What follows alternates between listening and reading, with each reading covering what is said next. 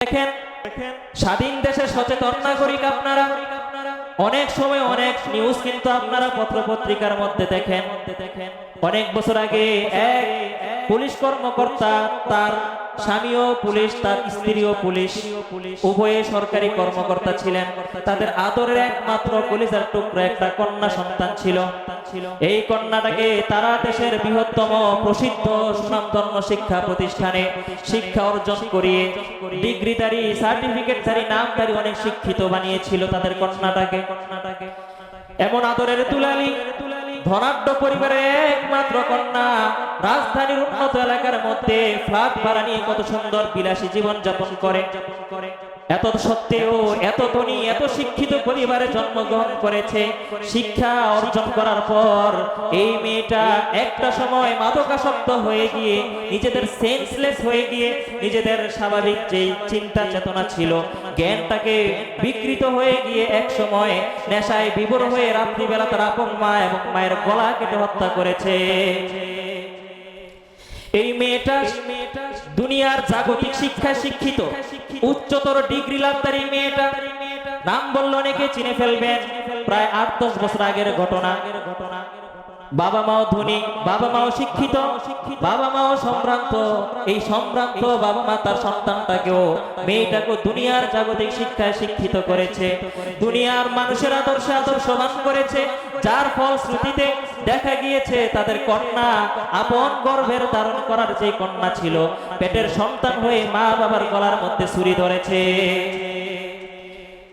আজকে আমার এই দেশের মধ্যে এই সোনার দেশে অনেক বৃদ্ধাশ্রম আছে না নাই আছে না নাই একটা বৃদ্ধাশ্রমে আপনি দেখবেন না যে যেই মানুষগুলো নববী শিক্ষায় শিক্ষিত হয়েছে নবীর আদর্শে আদর্শবান হয়েছে এমন একটা আদর্শবান মানুষের মা বাবা কিন্তু বৃদ্ধাশ্রমে নাই আছে বৃদ্ধাশ্রমে আপনি দেখতে পাবেন অনেক বড় বড় আইনজীবীদের মা অনেক বড় বড় কর্মজীবী সরকারি কর্মকর্তার মা অনেক বড় বড় ইঞ্জিনিয়ারের মা অনেক বড় বড় আইনজীবী অনেক বড় বড় ক্ষমতাধর মানুষের মা বাবা বৃদ্ধাশ্রমে আছে না নাই অনেক শিক্ষিত অনেক জ্ঞানী অনেক রকম সোশ্যাল মিডিয়ার মধ্যে তার নাম ডাক যশ খ্যাতি অভাব নাই কিন্তু ওই লোকের মা বৃদ্ধাশ্রমে পাওয়া যায় কিন্তু নবীর আদর্শে আদর্শবান হওয়া একটা গরিব মানুষের মা পর্যন্ত বৃদ্ধাশ্রমে দেখা যায় না তাহলে সে তার সন্তানটাকে বৃদ্ধাশ্রমে থাকা এই মা তার সন্তানটাকে যে শিক্ষা দিয়েছিল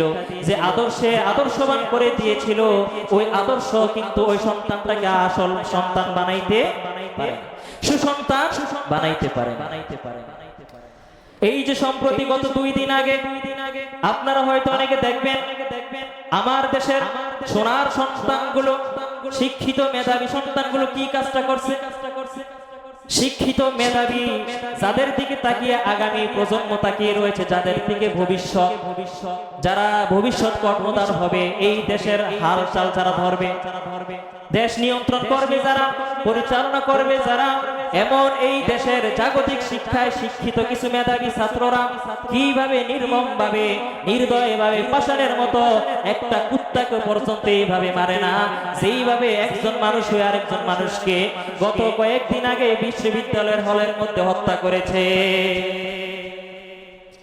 শিক্ষিত নামধারী মানুষ মেধাবী আইনজীবী জ্ঞানজীবী যারা বুদ্ধিজীবী যারা সম্ভ্রান্ত যারা সভ্য জাতি ভবিষ্যৎ মানুষগুলোকে পরিচালনা করার দায়িত্ব যাদের দিকে আমরা তাকিয়ে থাকি এমন সুশীল সমাজ এমন ভদ্রঘরের ভদ্র সন্তানগুলো হলের মধ্যে কিভাবে আরেকটা ভাইকে নির্মমভাবে হত্যা করেছে গত 2 দিন আগে দাবির ছাত্র শিক্ষার্থী বিশ্ববিদ্যালয়ের ফজলুল হক হলের মধ্যে ছাত্রগুলো আপনার বাহিরে খেলাধুলা করছিল ছাত্রাবাসের মধ্য থেকে কয়েকটা ফোন চুরি হয়েছে ফোন চুরি হওয়ার সময় তারা কাউকে দেখে নাই রাত্রিবেলা ওই হলের মধ্যে একজন অচেনা মানুষকে তারা ঘুরতে দেখেছে সন্দেহবশত ওই লোকটাকে তারা আটক করেছে ইয়াং জেনারেশন একজন ছেলে যুবক এই ছেলেটাকে তারা আটক করে সন্দেহবশত ছেলেটাকে উড়াধুরা মায় হলের শিক্ষার্থী প্রায় 25 থেকে 30 জন ছাত্র মিলে আরেকটা যুবককে মনে করে নির্দয়ভাবে পাষাণের মতো মারছে জানে না নিশ্চিত জানে না যে সে চুরি করছে সন্দেহ করে তাকে মারছে এক চোট মারার পর যখন ছেলেটা যখন বেহুশ হয়ে গেল, ছেলেটাকে চোখের মধ্যে পানি দিয়ে আবার বসানোর পর ক্যান্টিনে নিয়ে গিয়ে তাকে আবার খাবার দিস। খাবারও খাওয়ায়, আবার জিজ্ঞাসা করে খাবার কেমন। আপনারা দেখছেন না অনেকে, আবার জিজ্ঞাসা করে খাবার কেমন। খাবার শেষ, আবার দ্বিতীয় রাউন্ড তাকে মায়ের শুরু করে। মারতে মারতে এমন ভাবে নির্দয় মারে, আল্লাহর কসম ভিডিওটা দেখার পর আমার চোখের পানি আমি ধরে রাখতে পারিনি। অথচ এই ছেলেটা গত 1 বছর যাবত মানসিক ভারসাম্যহীন। 8 বছর আগে ওর বাবা রোড অ্যাক্সিডেন্টে মারা যায়। 5 বছর আগে ওর মা ক্যান্সারে আক্রান্ত হয়ে মারা যায়। গত বছর রমজানের 15 রোজার মধ্যে ওর ভাই, একমাত্র ভাই ছিল, বাবা হারাইয়া মা হারাইয়া একমাত্র বড় ভাইয়ের তত্ত্বাবধানে এই ছেলেটা ছিল। এই বড় ভাই গত বছর রমজানে মারা যায়। বড় ভাইটাকে হারাইয়া ছেলে শোক আর সহ্য করতে না পেরে মানসিক ভারসাম্য হারিয়ে ফেলে, যার ফলে ছেলেটা একটু পাগল পাগল টাইপের রাস্তাঘাটে উদ্ভ্রান্তের চলাফেরা করে। ওর আত্মীয় স্বজন যারা ছিল, দূরের আত্মীয়, ওর মামা ওকে পাবনায় এই মেন্টাল হসপিটাল ওকে ভর্তিও করা হয়েছিল। সেখান থেকে সেই ছেলেটা পালিয়ে চলে আসে। আসার পর রাস্তাঘাটে বিভিন্ন জায়গায় উদ্ভ্রান্তের দিশেহারা হয়ে ভবেগুরের মতো হাঁটাচলা করে। এমন একটা পাগল প্রতিবন্ধী, বুদ্ধি প্রতিবন্ধী যে ছেলেটা, এই ছেলেটাকে আমার দেশের সোনার সন্তান যারা নিজেদেরকে শিক্ষিত সমাজ বলে দাবি করো, যারা নিজেদেরকে বুদ্ধিজীবী বলে দাবি করো, যারা নিজেদেরকে ভবিষ্যৎ আগাম প্রজন্মের তোমরা যারা দায়িত্বশীল মনে করো, এরকম দায়িত্বশীল মেধাবী মানুষের কাছে এরকম একজন পাগলের জীবন নিরাপত্তা হয় নাই, তাহলে বোঝা গেল তোমাদের হাতে ভবিষ্যৎ আমাদের দেশ নিরাপত্তা নয়। ঠিক কিনা ভাই? এদের হাতে একজন পাগলের জীবন নিরাপদ নয়। এই সমস্ত বুদ্ধিজীবী, এই সমস্ত তথাকথিত যারা এই সমন্বয়ক যারা রয়েছে, তোমাদের হাতে আগামী ভবিষ্যৎ আমার সোনার দেশ তোমাদের হাতে কোশ্চিনকালও নিরাপদ হতে পারে না। কিসের দায়ে ভাই? সন্দেহ করে একটা ফোন চুরি হয়েছে। এই ফোনের কারণে এই ছেলেটাকে এমন ভাবে মারছে, শেষ পর্যন্ত ছেলেটা যখন একেবারে জান যায় অবস্থা, রূহ বের হওয়ার উপক্রম, ফ্লোরের মধ্যে ছেলেটা পড়ে আছে। আঙ্গুলগুলো সামান্য একটু নড়াচড়া করে, শ্বাস প্রশ্বাস কিছুটা চালু আছে। এমন অবস্থাতেও মোটা একটা লাঠি দিয়ে ছেলের হাতের নিচে, এই হাতের উপরে, ফ্লোরে শুয়ে আছে, হাতের উপরে লাঠিটা দিয়ে এক পাশে একজন, আরেক পাশে আর দুই পাশে লাঠিটার মধ্যে দাঁড়াইয়া হাতটাকে চাপা দিচ্ছে। ছেলেটা কথা বলতে পারে না, মা মাকে চিৎকার দিবে, মা করতে পারে না। এমন একজন দুর্বল, অসহায় এমন একটা ছেলে, তার যাবে অবস্থায়, এমন কঠিন মুহূর্তেও তাকে একটু সমবেদনা জানাবে তা নয়। এই আমার সোনার দেশের শিক্ষিত পোলাপান গুলো এই ছেলেটার হাতের মধ্যে লাঠি দিয়া দুইজন নৌজন টকবগে যুবক দাঁড়াইয়া বেলুনের মতো এরকম করে ছেলেকে পিষতেছে। এই ছেলের বিচার কে চাইবে? কারণ এই ছেলের বাবা নাই, ওর মা নাই যে ওর বিচার চাইবে। একমাত্র ভাই ছিল, বড় ভাই, সেই ভাইটাও নাই। এই ছেলের বিচার কে চাইবে? আজকে আমরা মানবতার খাতিরে, মানবতার দাবিদার হয়ে এই বাংলাদেশের নাগরিক হিসেবে, মুসলিম জাতি ভাই হিসেবে, আজকে এই এতিম মানুষ যাকে তোমরা নির্দয়ভাবে হত্যা করেছো, আজকে এই জামে মসজিদের এই মিম্বার থেকে আমরা প্রতিবাদ, তীব্র নিন্দা জানাই। যারা এই যে তোফাজ্জলের হত্যার মধ্যে, যারা এই অকারেন্সের মধ্যে জড়িত ছিল, হত্যাকাণ্ডের প্রত্যেকটা আসামিকে চিহ্নিত করে এদেরকে কঠিন থেকে কঠিন শাস্তি দেয়া হোক। আর যদি না হয় তাহলে তোফাজ্জলের জন্য সারা বাংলাদেশের মানুষ ওর পরিবারের সদস্য হয়ে যাবে। ঠিক কিনা ভাই? ওর পরিবারের সদস্য হয়ে যাবে। তোমরা শিক্ষিত মানুষ, তোমরা মেধাবী, তোমরা সমন্বয়ক, তোমরা জাস্টিস করবা, তোমাদের দিকে মানুষগুলো তাকেই আছে। তোমরা একটা সুন্দর ভবিষ্যৎ আমাদেরকে উপহার দিবা। আর সেই জায়গার মধ্যে তোমরা রক্ষক হয়ে তোমরা বক্ষণ করতেছো, মুসলমান। তো বলতেছিলাম, ওরা যে শিক্ষাটা শিক্ষিত হয়েছে, যে শিক্ষা ওরা অর্জন করেছে, ওই শিক্ষা ওদেরকে মানুষ বানাইতে কথা বলেন পারছে? পারে নাই। এটা কোনো শিক্ষা হতে পারে না। যে শিক্ষা একজন স্টুডেন্টের হাতের মধ্যে কলমের জায়গায় অস্ত্র উঠিয়ে দেয়, যে শিক্ষা অর্জন করলে একজন ছাত্র একজন মানুষকে খুন করে, যে শিক্ষায় শিক্ষিত হওয়ার পর একজন মেয়ে তার মা বাবাকে একসাথে গলা কেটে হত্যা করে, যে শিক্ষায় শিক্ষিত হওয়ার পর ঢাকা ভার্সিটির বিভিন্ন টিএসসি চত্বরগুলোর মধ্যে তারা অবাধে মেলামেশা, ফ্রি মিক্সিং টাইমে নারী পুরুষ অবাধে মেলামেশা করে, রাস্তাঘাটের মধ্যে পরিবেশ দূষণ করো তোমরা, কুকুরের মতো রাস্তাঘাটের মধ্যে তোমরা যারা ভালোবাসা নিবেদন করো, তোমরা যেই শিক্ষা অর্জন করেছো এই শিক্ষায় যদিও নিজেদেরকে ডিগ্রিধারী মনে করো, যদিও নিজেদেরকে শিক্ষিত মনে করো, যদিও নিজেদেরকে ভদ্র পরিবারের ভদ্র সন্তান দাবি করো, ও মুসলমান জেনে রাখো তোমরা যতই নিজেদেরকে শিক্ষিত বলো, যতই নিজেদেরকে মানুষ বলো, আল্লাহ এবং তার রাসূলের ভাষ্য অনুযায়ী তুমি মানুষই হতে পারো নাই। তুমি মানুষই হতে পারো নাই। শিক্ষিত হওয়া তো আরো দূরে, শিক্ষিত হওয়া এটা আরো অনেক দূরে। তুমি মানুষই হতে পারো নাই, কারণ তুমি কেমন শিক্ষা অর্জন করেছো, যে শিক্ষা অর্জন করার পর তুমি আরেকজন মানুষকে, নিরপরাধ মানুষকে মারলাম। আমার কথা হলো তফাজ্জল কি সেটা আমার দেখার বিষয় না, কে মারছে সেটাও দেখার বিষয় না। এখানে মারবে কেন? একজন মানুষ হয়ে তুমি আরেকজন মানুষকে হত্যা করার অধিকার তোমাকে কে দিয়েছে? ইসলাম তোমাকে দেয় নাই।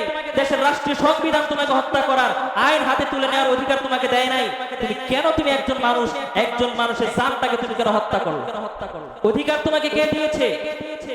তোফাজ্জল আমার কেউ না, যারা তাকে খুন করছে তারাও আমার কেউ না, কিন্তু মানবতার খাতিরে, ইসলামের রক্ষায়, ইসলামের ভাষ্য অনুযায়ী তোমরা যে মানুষটাকে হত্যা করেছো, অবশ্যই অবশ্যই তোমাদের এটা কঠিন শাস্তি তোমাদের পেতে হবে। সে যেই হোক পেতে হবে। বাপ তার বাপে গো ছাড়ে না। সব অন্যায়। একটা চোর চুরি করেও যদি থাকে, একটা চোরের কারণে, মোবাইলের কারণে একজন মানুষকে হত্যা করা যায় ভাই? বলেন, সব অন্যায় কি এক সমান হয়? না। ওর একটা ফোন গেছে, ওর 10টা ফোনকে আমরা দিব, কিন্তু ও যে ছেলেটাকে মারছে ওর জীবনটা দিতে পারবে? আজকে এতিম পেয়ে, দুর্বল পেয়ে, অসহায় পেয়ে তুমি যে ওকে মারলা, আবার সেলফি তুললা, সুন্দরভাবে অট্ট হাসি দিলা, তুমি কি একদিন আল্লাহর কাছে দাঁড়াইবে না? কি জবাব দিবা তুমি আল্লাহর কাছে? তুমি তো সন্দেহ করে ছেলেটাকে মারছো, অথচ ছেলেটা প্রতিবন্ধী, বুদ্ধিল্যান্ড, ওর সেন্স নাই। এই ছেলেটাকে তুমি মারলা। তুমি কিসের আদর্শ তুমি বড় হইলা? কিসের শিক্ষা তুমি শিক্ষিত হইলা? তোমার বই পুস্তকের মধ্যে কি এই বিবেকটুকু তোমাকে দেয় নাই যে অসহায়ের উপরে জুলুম করা যাবে না, মানুষ হয়ে মানুষকে হত্যা করা যাবে না? এই বুদ্ধিটা, এই শিক্ষাটাকে তোমাকে দেয় নাই? কেমন জাতি হয়ে গেলে তুমি? তুমি তো হিংস্র জানোয়ারের চাইতে নগণ্য হয়ে গিয়েছো। আচ্ছা বলেন তো দেখি ভাই, জঙ্গলের মধ্যে বাঘ আছে না নাই? বাঘ কি হিংস্র না? সিংহ কি হিংস্র না? অবশ্যই হিংস্র। আজ পর্যন্ত পৃথিবীর যত দার্শনিক রয়েছে, যত ঐতিহাসিক রয়েছে, তারা কেউ কোনোদিন কোনো বইয়ের মধ্যে রিপোর্ট করতে পারে নাই যে একটা হিংস্র বাঘ সে তার আপন সহজাতি বাঘের উপর আক্রমণ করেছে। এমন ইতিহাস আপনারা শুনেছেন? বাঘ হয়ে বাঘের উপর আক্রমণ করেছে এমন শুনেছেন কখনো?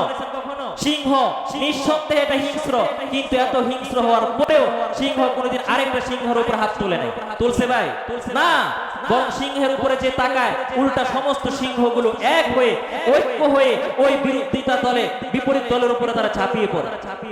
তারা যত হিংস্র হোক না কেন, নিজ নিজ জায়গায় তারা হিংস্র, কিন্তু কোনোদিন কোনো বাঘ, কোনোদিন কোনো সিংহ, কোনোদিন কোনো শিয়াল, কোনোদিন কোনো কুকুর তাদের নিজের স্বজাতির উপর আক্রমণ করে না। তুমি মানুষ হয়ে, আশরাফুল মাখলুকাত, সৃষ্টির সেরা জীব হয়ে আল্লাহ পাক তোমাকে যে বুদ্ধিটা দিয়েছে, এই বুদ্ধিকে কোনো সিংহকে দেয় নাই, এই বুদ্ধিটা কোনো বাঘকে দেয় নাই, কোনো হিংস্র জানোয়ার কুকুরকে আল্লাহ পাক দেয় নাই। তোমাকে যে বিবেক দিয়েছে, তোমাকে যে সেন্স দিয়েছে, এই সেন্স নেওয়ার পরেও, দুনিয়ার জাগতিক শিক্ষা গ্রহণ করার পরেও তুমি জাতি হয়ে নিজের স্বজাতির উপরে তুমি আক্রমণ করেছো।